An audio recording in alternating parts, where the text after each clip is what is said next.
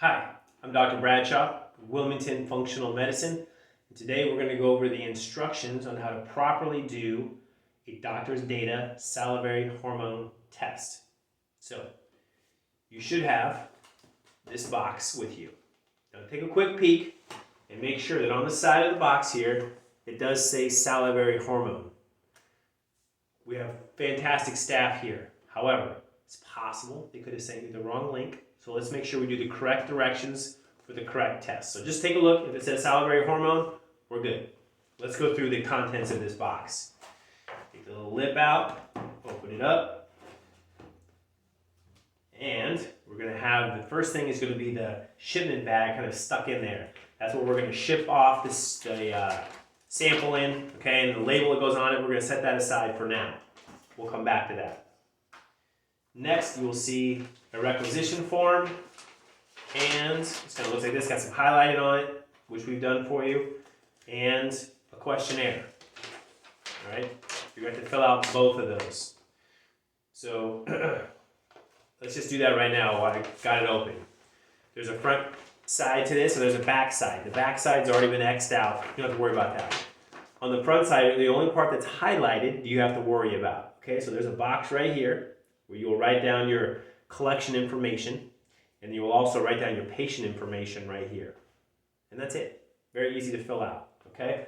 That will be shipped back with your sample, as will this.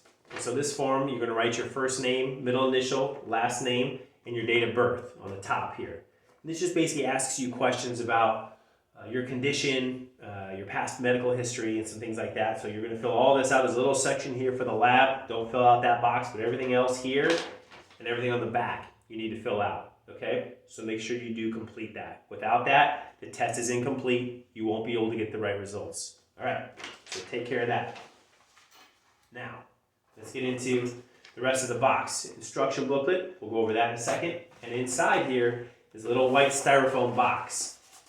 Okay, you take that out of the box, set your box aside. We will need to keep that box, don't throw it away. This has to go back in that box. But inside the styrofoam box, we have an ice pack and a bag with 4 tubes inside and 4 straws inside. And we'll talk about that in a moment. We're going to set that aside. We're going to set aside the styrofoam box too.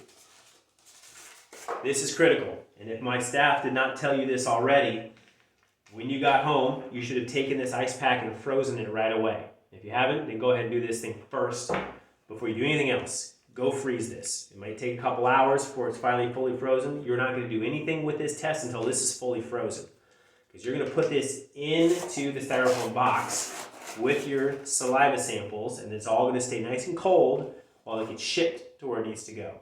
Okay, so go ahead and put this in the freezer for later. Now that that's done, just know that as the test said on the side here, salivary hormone test, we're going to be collecting saliva, okay? Let's talk about the instructions on how that works. There are a lot of things that you're going to need to be cautious of, either avoid or slightly alter before you do your saliva testing. I'm going to run through all of those here, okay? There's quite a bit, so take out a pen and pencil if you feel like you want to. Write this down, or you can read it all right here. I'm just going to read it verbatim outside of the instruction booklet. Okay? So 2 days before your collection, you're going to stop eating all nuts, fruits, fruit juice, wine, and rice if we're testing melatonin. And one of our doctors will tell you if you are or not. But in this case, if you are testing for melatonin, you got to avoid those things. The day of the collection, do not take any supplements that day until you're completely done with getting your saliva samples. And there will be 4 samples, like I said before. The first saliva collection must be done 30 minutes after awakening. So you're going to wake up, you're going to set a timer, your watch, your phone, whatever. 30 minutes goes off, right to your spit test, okay? So make sure that you do that. Do not eat or drink anything 1 hour prior to each collection. There are going to be 4 collections done on this particular day. An hour before each one, you cannot have anything to eat or drink, okay? 10 minutes before each collection, you're going to go wash your hands with soap and water, get them all cleaned off, and You're going to take a glass of water, you're going to rinse your mouth out with some water. Spit it out. Just get it rinsed out, okay? But you got to wait 10 minutes before you do your saliva collection, so you don't dilute the sample, all right? So you're not going to use toothpaste or mouthwash, Listerine or any of that stuff. That's not how you're going to rinse your mouth out. Just water and water alone. That's it, okay? Make sure you don't brush your teeth or floss or have any dental work done at all 30 minutes prior to your saliva collection, okay? On this particular day, there's going to be no caffeine, all right? So teas, coffee, if you do any sort of like energy drinks, no. Can't have any of that stuff the day you're going to do your sampling. Once you're done with the 4 saliva samples, you can, but not the day of, okay? You got to avoid that. Use of cosmetics on your face is totally fine, except anti-aging creams. So if you're taking any sort of anti-aging cream, the day of your sample, you need to not take that, okay? Because that can also affect your test. So that's the information here on this middle page. Now we're going to jump over to this page. There's even more. If you take topical hormones, like a cream, you want to make sure that the last collection, the last dose, I should say, is done at least 12 hours before your first sample. So your first sample is in the morning, so you can use that cream at night, but it has to be at least 12 hours time passing between you using that cream and doing your first saliva sample, okay? If you do any sort of under the tongue sublingual hormones, you want to make sure you don't do any of that within 24 hours of this test. So let's say you start this obviously on a Wednesday morning, you're going to do your saliva samples. Tuesday morning is the last time you will have done the sublingual hormones, okay? Make sure that you follow, if you do that, you do sublingual hormones and you do it correctly, make sure you drink 2 glasses of water directly afterwards to cleanse the tissues as much as possible. Once you're done doing that, then 24 hours later, you can take your first saliva sample. And of course, obviously, don't do this sublingual hormones on the day of the sample at all. That goes without saying. Oral hormones, like pills that you take, those are okay. You can use those on the day of collection. That's no problem. But if you do injections, subcutaneous pellets, or transdermal patches, you want to make sure that you collect at the halfway point between doses. So oftentimes people do injections like 1 in the morning, maybe 1 in the evening. You want to make sure that you collect your saliva right at the halfway point between your doses. So you're going to wake up, let's say in the morning, half hour later, you're going to do your first saliva sample. Then you're going to do your transdermal patch, if that's what you do. You're going to do your saliva test at lunch. We'll talk about the timing of those. But you do your saliva test at lunchtime. You would do your next dose of your transdermal patch in the evening. And then you do your dinner time saliva sample and your nighttime saliva sample. Okay? If you have any questions about that, you can go ahead and contact us and let us know. But that's how they expect you to do it. Ideally, if you can avoid doing those patches at all during the day of the sample, you would just do that. Just don't do those injections or the pellets or the patches. It just works best if you just avoid those for a full day, if you can. If you can't, follow the rules I just went over. If you're taking any sort of cortisol or steroids, prednisone or dexamethasone or something like that, you want to make sure you speak to one of our doctors first before you do that. It can certainly affect your lab results, so you want to make sure you ask us first, but the best thing to do is just avoid it for a full 5 days before you do your saliva sample. So to get your natural cortisol production evaluated by this test, 5 days before your sampling of your saliva, you want to make sure you just stop it all together. Okay, but consult with us first before you do so. If you're testing for melatonin, we talked about the things you had to avoid earlier. You also make sure your last dose of melatonin is at least 36 hours before your first saliva collection. So you do your saliva collection in the morning. 36 hours before that will be your last dose of melatonin. Don't do it again until you're done with your saliva sampling. Okay? Last one. I know there's a lot of information, but we got to do this right. So the last one is women with menstrual cycles. You want to make sure that you collect your saliva between days 19 to 23. So considering that day 1 is the first day of your period, days 19 through 23, one of those days in that range is when you're going to do this saliva sampling, okay? Don't do it before it or after that, otherwise it won't be the correct lab result that you're looking for. It'll be messed up, okay? All other patients that you might have questions about, they haven't mentioned here, but usually you can just follow the directions here and see how to do that. But that's a lot of information. It's all here. Read through it. If you have any questions, call us and make sure you're clear on this. But if you do that correctly, we're going to get the right results and get you a proper treatment plan based on those results. So now let's talk about, back here it talks about how to use this. The samples, the test tubes, let's get them out. They're going to be 4, okay? They're going to be color coded.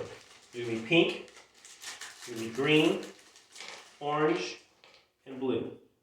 Pink, green, orange, and blue. And they got caps, as you can see, that we'll use to close it off once you get the saliva in there. You also have 4 different straws. Okay, you're not going to reuse these straws for each saliva sample. You're going to use this one for the orange and then toss it. Use this one for the green, toss it, and so on and so forth. Okay? So we have a nice clean straw when you use it. There is a little wipe in there. It's very nice of them if you want to wipe yourself when you're done. Anyway, that's the contents of this bag. All right? Now this bag is very important. We're going to correspond it with this requisition form we spoke of earlier. So in this area, it talks about when you do your sample. It's going to talk about the date that you did it, the time you started, and in each of these 4 saliva samples, you're going to write the time that you took it. So the basic general rule, and you do the same thing on this bag too. You're going to write your name, your date of birth, the date of collection, the time that you collected each of your saliva samples. You got to write those on there, okay? And then the general rules are, the pink one is 30 minutes after you wake up. So this is the breakfast one, okay? You're just gonna take your straw, put it inside right there, get in there and put spit into this tube. It's pretty simple, okay? You wanna make sure that you get the tube 3/4 full, all right? So you can see there's little markings on there, maybe you can't, doesn't matter. Just know you need to get to about right here, full of spit. If you get some bubbles in there, that's okay. We want to get enough fluid in there so that way you have enough saliva for them to get a good reading. Okay? Once you get that 3/4 full, cap it off, get it to snap. If you don't hear the snap, it's not closed. Set that aside. Okay? And let me turn this light on a little more here. Come on, light. There we go. In fact, since you're doing these throughout the day, go ahead and just take this pink one and put it in the freezer. Okay, put it in your box you had earlier. Just go ahead and throw it in there in the freezer. This thing should already be frozen, right? You can just throw it in there with your pink tube. Okay, close it up, freezer. Next tube, noontime, okay, before lunch. So this green one is gonna be before lunch, all right? Again, same thing. Straw, spit in the tube, up to 3/4. Once you get 3/4 of the tube full, cap it off. You gotta hear that thing snap. Throw it in your box with your freezer, your ice pack, I should say, back in the freezer. Throw that straw away. Remember what we talked about. Prior to taking a saliva sample, you have to wash your hands with soap and you have to rinse your mouth with water. Just water. For 10 minutes. So you have to do that 10 minutes ahead of your sampling, okay? That's important. And then we're going to get down to the orange one, which is here. You're going to collect this before dinner. So before you eat, obviously, same thing. Take your 3rd straw, spit in there, 3/4 of the way high, snap it off. Boom. In the box, in the freezer. Boom. Last one is nighttime. This is going to be collected right before bed. Okay? So you're going to wait till the very last thing before bed. Same thing as the other ones. Tube, straw, spit, 3/4 full, snap, freezer. Done, go to bed. All right, we're not going to ship it off at this moment. We're just going to go to bed. Let that box sit overnight in the freezer. Okay? Once you're done with that, again, make sure that you've written the exact times of your collections on the bag, as well as your requisition form. Here, very important, spots right there. It even color codes it. Pink tube, time. Green tube, time. Orange tube, time. Blue tube, time. Okay, and you'll circle AM or PM on that as well. You're just about done. So the next morning, ideally, we want to send this off pretty soon. So, I mean, if you miss a day, that's fine. You keep it frozen, it's going to be okay. But we're going to ship this off sooner than later, so that way we can get the results back from the lab and go over it with you as quickly as possible.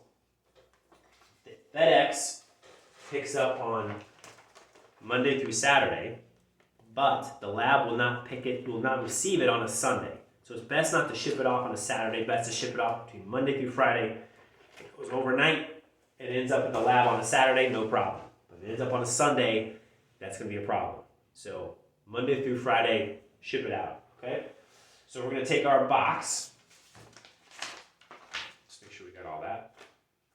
Yep, you're going to take your box out of the freezer. And the box that it came in, the original packaging, do not throw this away. This is important. I'm not going to rubber band this thing together and try and ship it. No. You're going to put this all back in the box nice and neat in its home. You're going to take the requisition form you filled out, put that in there. You're going to take the other questionnaire you filled out, put that in there right on top, okay? And then you're going to close it. Fold in the sides, fold down the top, put that little tongue in there. Boom. Almost done. But I almost forgot.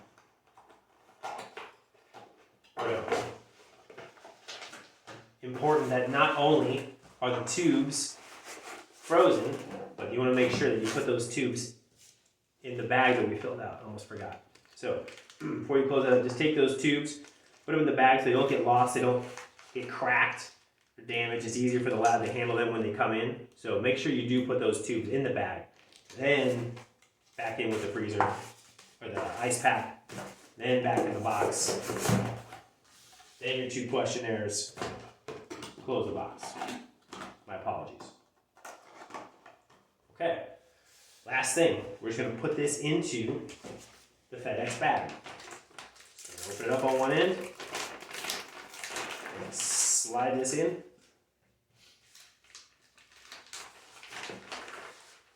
The tongue on these are a little loose. You might want to throw just a piece of tape over that just to make sure.